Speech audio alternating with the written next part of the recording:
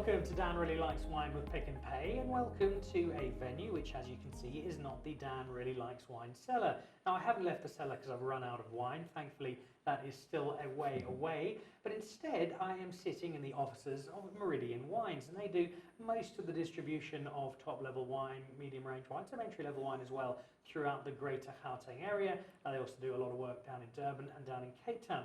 And in the aftermath of some of the craziest scenes we have seen in South Africa. I think it was 95 World Cup, 2010 World Cup, the initial election, and then the day liquor sales opened. Those are the four craziest times we have seen South Africa.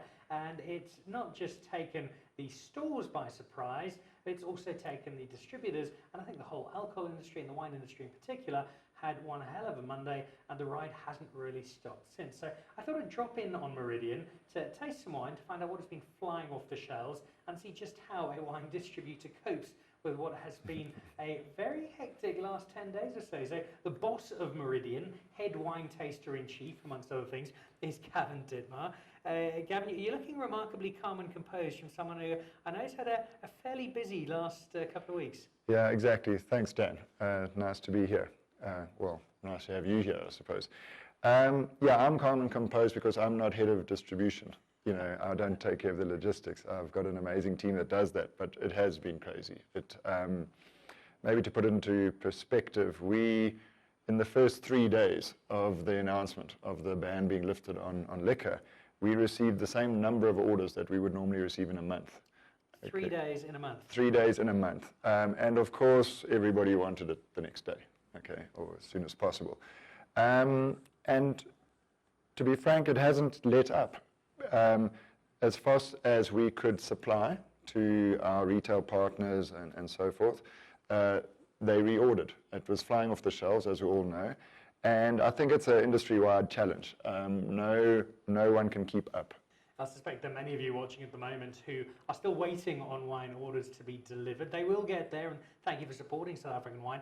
I'm fascinated to find out what people have been buying most of, and we've got some wines by example. But before we do that, this vacuum was created by the lockdown. The lockdown was inspired by the coronavirus, and the coronavirus is something you're rather well acquainted with. Correct.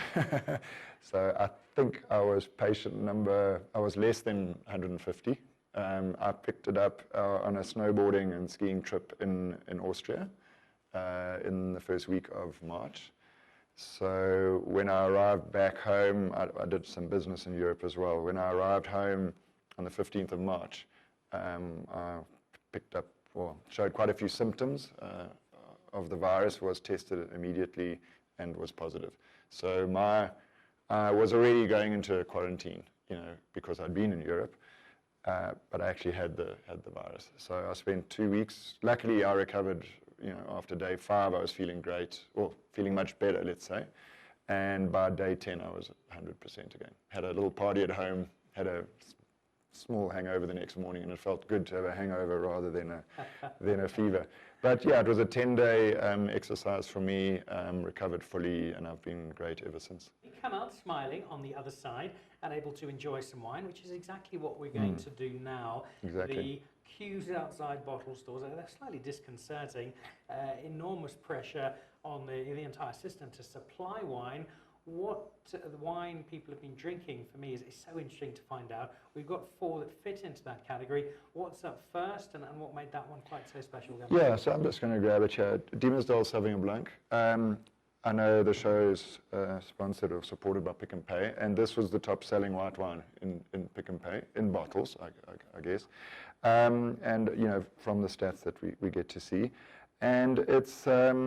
what we've seen is, and not only with this wine, we've seen a restocking of people's, I won't say sellers, because not everybody has a cellar, but people seem to be buying mid-range and value wines initially. We're not seeing a huge demand for collectors' wines and high-end wine. This is really making sure we've got something to enjoy over the next few weeks, I guess. It's also a brand that when it comes to Sauvignon Blanc, people know extremely well, and it's correct. If you combine reliability with brand awareness, Diemersdal in the Sauvignon Blanc space is probably top of that pile. One of them. They're 6th generation farm in Durbanville, which is known for Sauvignon Blanc. And they do. They focus on Sauvignon Blanc. They have 5 or 6 different versions of it. This is obviously the most popular one. And yeah, it's a good drink. You'll see, it goes down well. Well, yeah, you might remember we actually had some Diemersdal Sauvignon Blanc with taste on the live tasting a while back.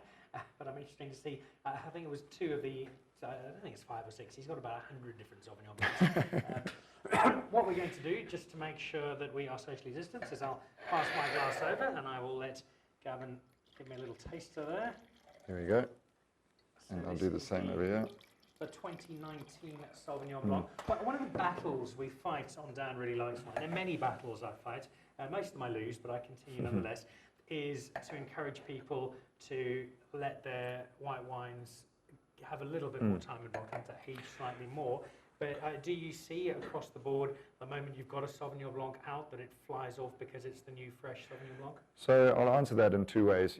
Yes, people tend to want the latest vintage. So to be fair, this is the 2020 was released a few weeks back, and that's probably in most of the stores by now. But during lockdown, I set about doing a wine tasting every night with my family. I've got student children. I had my niece staying with us as well. She's in her late 20s. And so I thought it would be a good journey to every night a different wine would be tasted and somebody had to present the wine to the rest of the family. And because it was coming out of my cellar, a lot of the Sauvignon Blancs had aged a bit. Most of the wines had aged, but the Sauvignons and the Chardonnays had. We ended up drinking a lot of 2015, 2016 Sauvignons, which were brilliant. And I think it's one of the saddest things we have in this country and possibly around the world is no one gives the white wines enough time to really show what they've got. I think we tasted the 2020, which I thoroughly enjoyed, but you can tell there's just a little more softness to it. It's not quite as abrupt when you drink it. It's the edges off, I suppose, is one way of saying it. Smooth down slightly.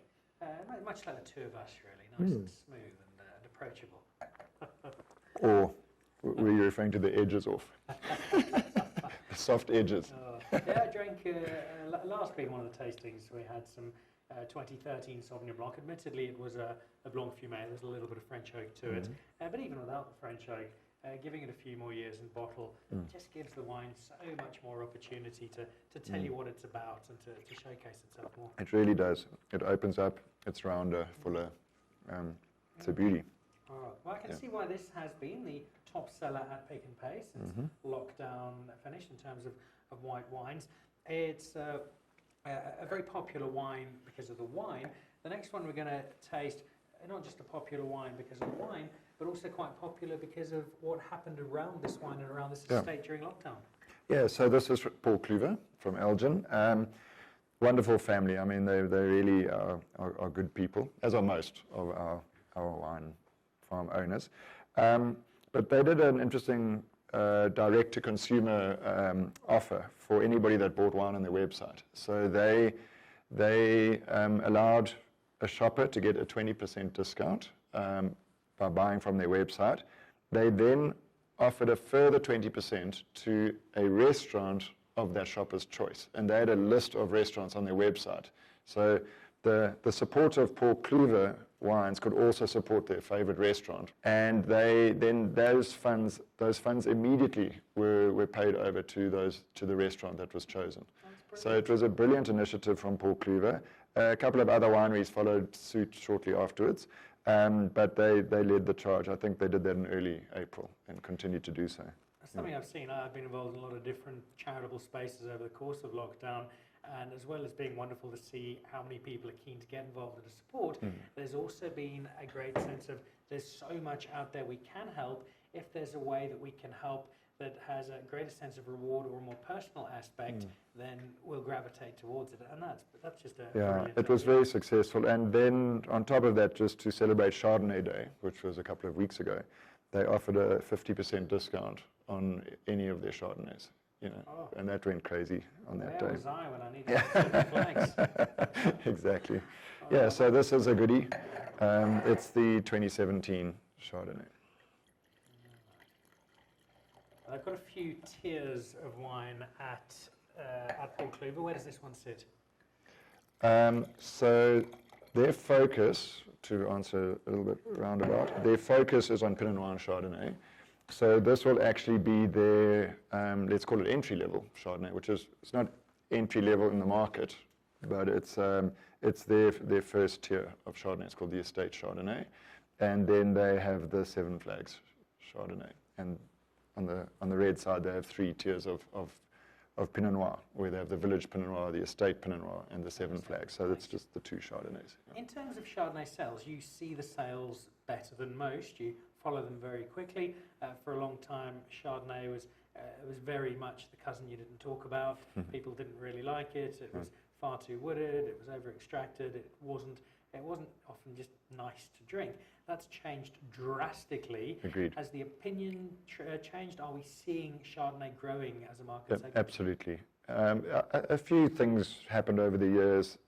Well, the winemakers understood how better to manage the fruit-wood balance. I think they probably found the quality of vineyards and fruit also improved.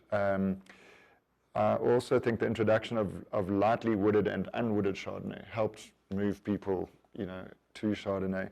And generally, you get more out of a Chardonnay, from a mouthfeel, from an experience than you would get from many other wines. So it is the king of white grapes. It's very versatile worldwide. So yeah, it deserves, well, in my opinion, it deserves what it should get. You should have a lot of people loving Chardonnay. And this is a particularly good one because they specialize in it. Extraordinary nose. I'm almost getting some pineapple on that, which is they refer to the taste as stone fruit, which I don't fully understand what stone fruit is, but that's the technical term for it. As long as you say it, looking into the middle distance, a slightly pensive feel. Stone fruit. Probably my favourite one is you pick something that nobody really knows the taste of. So I'm getting a bit of bay leaf on that. Exactly. Nobody knows. Nobody really knows it. Actually tastes like. Yeah. Oh. Well, cheers. Cheers. There's very little wood on that. I mean, barely taste it. It just allows the fruit to come more to the fore, but bounce off it a bit. But it's the balance, because about a third of the wood's actually new, believe it or not. And all the wine's in wood, but second and third full barrels. And it's just managed, it's totally natural yeast fermentation. There's no inoculation. So it's really a balance. They get the balance of the fruit correct. And I think in the Elgin area, you've got such good sources of fruit to work with that you can do that. So they've managed it beautifully. And what I like is you get this beautiful combination of the citrus and the nutty sort of almondy flavors coming through as well. All right, 2 down. We've got through some wine. I love that Paul Cluver story. So Team Cluver, good on you. That's a terrific effort. Moving on to some red. And the red wine you've got, I remember particularly well, because the first proper date I ever went on when I was at the University of Cape Town, took my then very new first university girlfriend out to dinner, wanted to impress her beyond means, and I spent, I think, about a third of my book fund for that semester on buying dinner at a little steakhouse called Jake's in Harfield Village. Oh, there you go. A great mustard rum. This is, going back 2 decades and more. And I bought a bottle of Beyerskloof pinotage. There you go. Boy, did I feel proud of myself. Well, the sad news, Dan, is that when I was at UCT as well, Beyerskloof pinotage hadn't even been born yet. So I didn't have the luxury of that. I think we were still on tussies, to be honest, as a student. But also the top-selling red wine at Pick n Pay, from the figures we received. Once again, bottled red wine. And it's a goodie. It's so trustworthy. It's a wine you can rely on. And Beyerskloof is synonymous with pinotage. Everything they do is about pinotage. Beyers, true to himself, is known as the king of pinotage. And they're good people as well. They do good things. It's an interesting time for pinotage because I'm not sure internationally there is a single grape that has been more maligned by wine critics. Exactly. And it got to a stage where people were having it a go for the sake of having a go rather than on actual justification. And there are examples of bad pinotage, but there are examples of every sort of bad wine. And what I found of late is that the style of pinotage has become broader, a lot more lighter wine, paying tribute to the heritage of the grapes that gave us pinotage. Exactly. And we're starting to see a slight change. Do we pick that up in some of the classics like the Beyerskloof? Absolutely. I think, yes, it had a bad rap for a long time, but you do have to go back from 20 years ago to 10 years ago for that to be so. And it had these descriptions of burnt rubber and banana and all of that. Interestingly enough, Beyerskloof was one of the wineries that knew how to do pinotage well. And there's some tricks in the cellar, not dodgy tricks, as in you want to use concrete fermenters. You want to do certain things that doesn't allow that bitterness to creep into the wine, and to reduce that over sort of banana flavor that the international people couldn't get their palate around. So I myself wasn't a fan of pinotage for quite a while. I now am. And you're right, they brought the heritage of Pinot Noir, back into the wine. And I think we've learned how to deal with it and handle it. We know how to grow it better. We know how to treat it properly in the cellar, and we get it. It's a really good drink. Please do. It's been a regular favourite of mine. It's one of those bottles, and particularly with a screw cap here, where you come home after work. Mm-hmm. It's not the most expensive bottle of wine ever, so most people probably afford to have a case of this over the course of a month. Yeah. Open it, pour a glass or two over dinner, screw cap back on, and you're done. Exactly, and it's also one of those wines where, the wine purists often frown at this, but it's not a problem for me. You can put some over a lunch. You can fill up a glass with ice and put Beyerskloof pinotage in it, and it's delicious. So just the Dan Really Likes Wine Management Board would like to distance ourselves from that comment and apologise on behalf of our sponsors, our friends and our family for any suggestion that you can ever put ice in red wine, and we will never ever speak to Gavin again after this. Look, of course, on behalf of myself, I'd like to say we're all for people drinking wine, and if you enjoy drinking wine, you're welcome to drink it however you like. Well, look, and that plays off what is at the heart of Dan Really Likes Wine, which is wine you like is good wine, wine you don't is bad wine. If that wine is with ice, if you put a slice of lemon in, if you want to drink it with Coca-Cola, heaven help you, then that's what you're liking to drink, and that's completely up to you. In terms of this, it's obviously been such a big seller, and I guess that's the combination of a name people know and can trust because it's been around for so long. It's at a good price point, and I think it consistently delivers not just that reliability, but really good value for money. Absolutely. It's what we've noticed, Dan, is with this huge rush on wine since the ban was lifted, people go to trusted brands. So they don't want to experiment with the brands that they've got.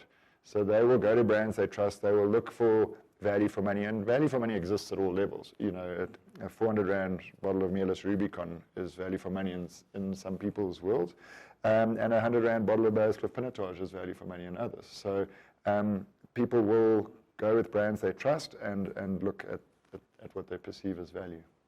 So Diemersdal, the best-selling white wine at Pick n Pay, the Beyerskloof Pinotage, not surprisingly the best-selling red wine. In fact, we were filming at Pick n Pay doing some promos last week, and my poor director Ronaldo got stopped several times by people who were interrupting, asking me if I could help them find wine. I think half the wine they were looking for was Beyerskloof Pinotage. There you go. So my new job as assistant wine salesman at my local Pick n Pay.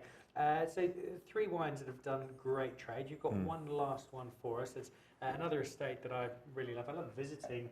The restaurant is terrific. The art they've got there, the views are fantastic. But what about the sales? How's the Tokara cab gone, and what's influenced that? Yeah, I mean, I brought it up along the similar lines of Beyerskloof. It's a trusted brand. It's one of the top sellers, and it really delivers for the price. It's great quality Cabernet Sauvignon at an affordable price. Not that Tokara is pitched as being an affordable wine brand, but the beauty of it is you can enjoy this brand at various levels, and that's the beauty of it. And GT's done a great job of ensuring that everything about it is quality. Well, the GT in question is G&T Ferreira, the owner of Tokara. and Michael Jordan's former PA, who has a lovely stand. If you haven't been, just go for the views. They couple with the tasting. They also make some cracking olive oil if you happen to be down there. Let's have a taste of it, and it's the added delight for me in trying this and celebrating it is that thanks, I think in no small part, to the work of Mike Ratcliffe and his relentless PR machine. He's awfully good at it. We're seeing not just more and more of Stellenbosch on the global wine platform, but a real push to make people understand, appreciate, and celebrate Cabernet Sauvignon from Stellenbosch as being not just one of South Africa's great triumphs, but a genuine world player. Absolutely. So I think if you consider what Napa managed to achieve with Cabernet in California, Stellenbosch is probably the one name that the world knows as a region from South Africa. Fair enough, Franschhoek and Constantia might be there as well, but Stellenbosch is what everyone's looking at. And it's the best Cabernet comes from Stellenbosch. We all know this. So it's right what's happening around that. Question around the wine, Tokara being a good example. Here's a high-end wine brand. Paul Cluver, also they've got the cork, but I know they do have some screw caps as well. Have you seen the market being more acceptant of a screw cap at a higher level? Absolutely. So Tokara was interesting. They put all their wines in screw cap, all the way up to the director's reserves many years ago. And that was a very, very bold move to make then. And I'm referring to 12 years ago or so. And I don't think people think about it anymore. There are many brands that stay on cork, and they have their reasons, and I support those reasons. I have no concern whether a wine's on cork or not, but I see zero resistance to a wine being in screw cap. We did a survey amongst our staff many years ago around what do you think of screw cap versus cork, and the best answer I got was from a lady who said the main problem she has with screw cap is a timing issue. Her bottle of wine's opened before she's got her glass. that was Candy Grey. One of the real advantages of screw cap is ensuring that you don't get the cork taint that can occasionally hamper wine. We opened on the show actually it was with Matthew Good, the actor, going back a few weeks now. We opened some 2008 FMC, the fine Chenin Blanc from Ken Forrester, and it burst into song the moment we poured it into glass. So there are good reasons for screw cap. There are also good reasons to be supporting the South African wine industry because it employs so many people. It's a great generator of income. It's also a flag that flies so proudly around the world for South Africa. For me, sport and wine are our two leading ambassadors. If you look at broader spaces, the wine industry going forward now, you're running around dishing out wine everywhere.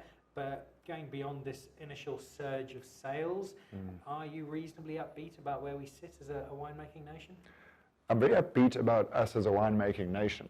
When you refer to the quality of our wines, the producers, we have the collaboration that happens in our industry.